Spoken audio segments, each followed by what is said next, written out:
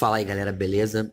Eu venho aqui rapidamente falar sobre a importância do prana dentro do seu pulmão para as artes marciais.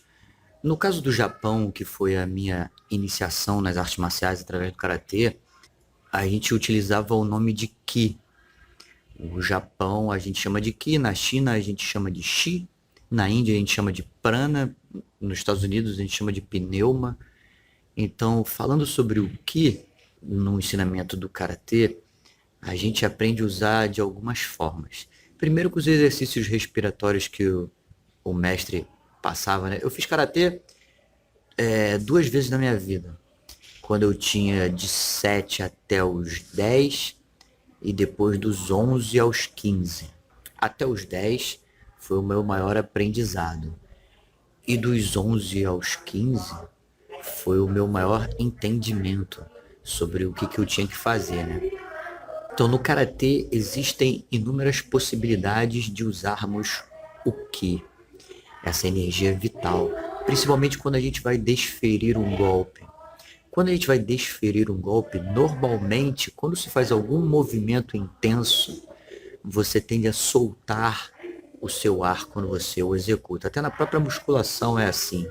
Quando você tende a fazer a força principal e a maior de todas, você solta o ar.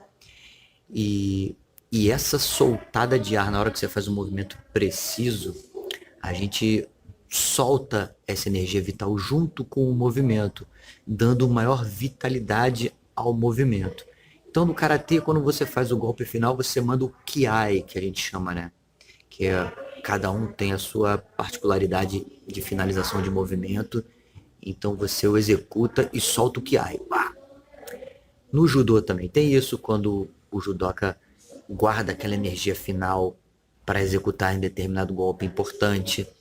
Às vezes no futebol, quando o cara vai dar aquele último chute pro gol, às vezes ele solta também, mesmo sem ter o ensinamento teórico japonês das artes marciais. Uma coisa fisiológica da pessoa. A pessoa sabe de alguma forma que para fazer aquele movimento mais potente, que vai ser o golpe final para ele se dar bem, ele vai usar essa energia vital dele na hora. Vai fazer o kiai mesmo sem perceber. O barulho que sai da sua boca não importa. O que importa é que você acabou fazendo um barulho para poder fazer essa soltada de ar. Beleza? Tem um outro quesito no karatê que a gente chama de kime.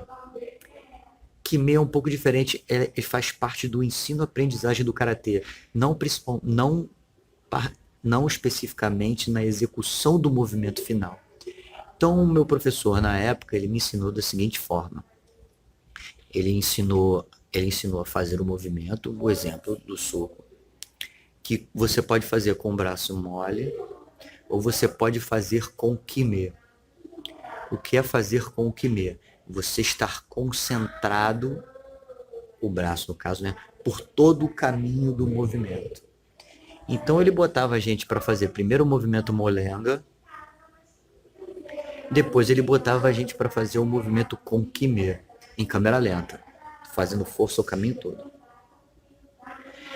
E aí depois ele mandava a gente fazer o exercício com a velocidade de ataque, mas com a mesma contração muscular durante o caminho todo que a gente treinou antes. Então era veloz e contraído o tempo todo. Essa concentração energética que você bota no seu braço e no resto do seu corpo todo para executar esse movimento, que a gente chama de um movimento com kime. E junto ao movimento tem o trabalho de respiração junto. Então como é que ele ensinava? Quando você ia fazer o movimento completo, contraindo o braço e controlando todo o caminho do braço, você soltaria o ar ao mesmo tempo na mesma velocidade de execução. Então, se você está fazendo em câmera lenta, você soltaria o ar por esse caminho todo, né? E não só soltaria o ar, mas você soltaria o ar de uma forma específica. Como é?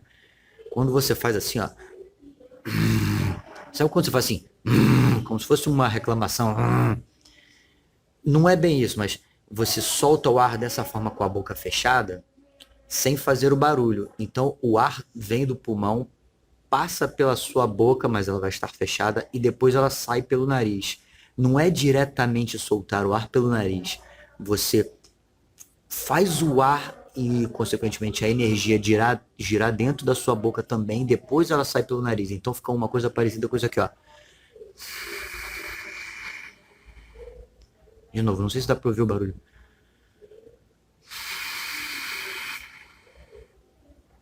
Isso seria o trabalho completo do Kime, a execução do movimento com esse tipo de respiração. Você força a respiração e controla ela pelo caminho todo.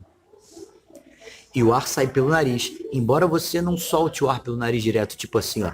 Você não está soltando. Você está trabalhando o ar pelo caminho de modo que você controle o nível máximo para ele sair exatamente do jeito que você controlou. Então, se eu faço um movimento em câmera lenta, eu soltei o ar pelo caminho. Se eu faço rápido, eu solto da mesma forma. E isso é o Kime. Então, tanto o Kiai quanto o Kime, no ensinamento das artes marciais orientais, são importantes para esse aprendizado da respiração. Não só da arte marcial, aprendizado da respiração, do controle. E do controle da potência de um movimento qualquer um que você queira fazer na vida.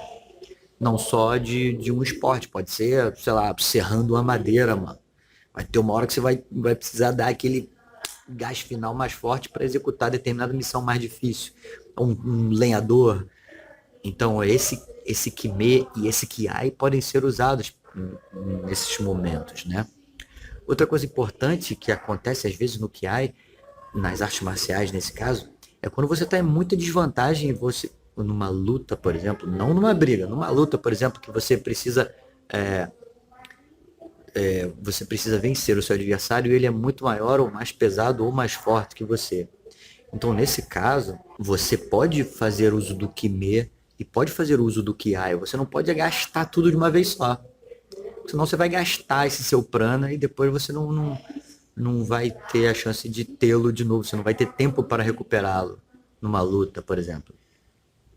Então você tem que usar a sabedoria para saber usar ele só na parte final de um movimento importante ou na hora de ganhar mesmo, né? Por exemplo, no meu caso aqui do jiu-jitsu, eu tive que usar, eu uso algumas vezes. Eu tive que usar outro dia, que eu estava até conversando com o rapaz que estava lutando comigo, que é a faixa preta de judô, e ele é 20 quilos mais pesado que eu. Então eu estava por baixo e ele estava por cima. Então eu me arrumei para poder raspá-lo. Raspá-lo é você tirar de cima de você. Quem está em cima de você, você tira com a execução de algumas alavancas, desequilibrando o adversário que está por cima, para você passar a ficar por cima. Ok. Então eu estava lutando com ele 20 quilos mais pesado que eu por cima, e eu fiz tudo certinho. Arrumei a posição do meu corpo, coloquei as alavancas bonitinhas que eu tinha que colocar para poder desequilibrar ele, né? E, enfim, tava tudo certo para eu tirar ele dali de cima. Independente do peso dele, eu já tinha, só nas alavancas, eu já tinha vencido a diferença de peso entre eu e ele. Só que ele também estava lutando, então ele também estava fazendo uma força contrária. E ele também era inteligente no que ele estava fazendo, para dificultar a minha ação. Então, naquela hora, eu tive que usar o meu Kiai com todo o meu Kime para poder executar a missão. E aí eu fiz. E se eu não tivesse feito, eu não conseguiria executar a missão. Entendeu? E aí deu tudo certo. Pá. Aí no final do outro, eu até conversei com ele. Falei, cara, você... E ele concordou comigo e tal, a gente ficou conversando. Se eu não tivesse feito aquilo, eu não conseguiria te derrubar. Porque o cara é forte, faixa preta, 20 quilos mais pesado que eu, um pouquinho maior que eu. Então eu tive que usar esse recurso. E aí a gente vai ter um papo sobre isso, porque ele também teve o estudo quando eu era mais jovem de toda essa parte japonesa das artes marciais, né?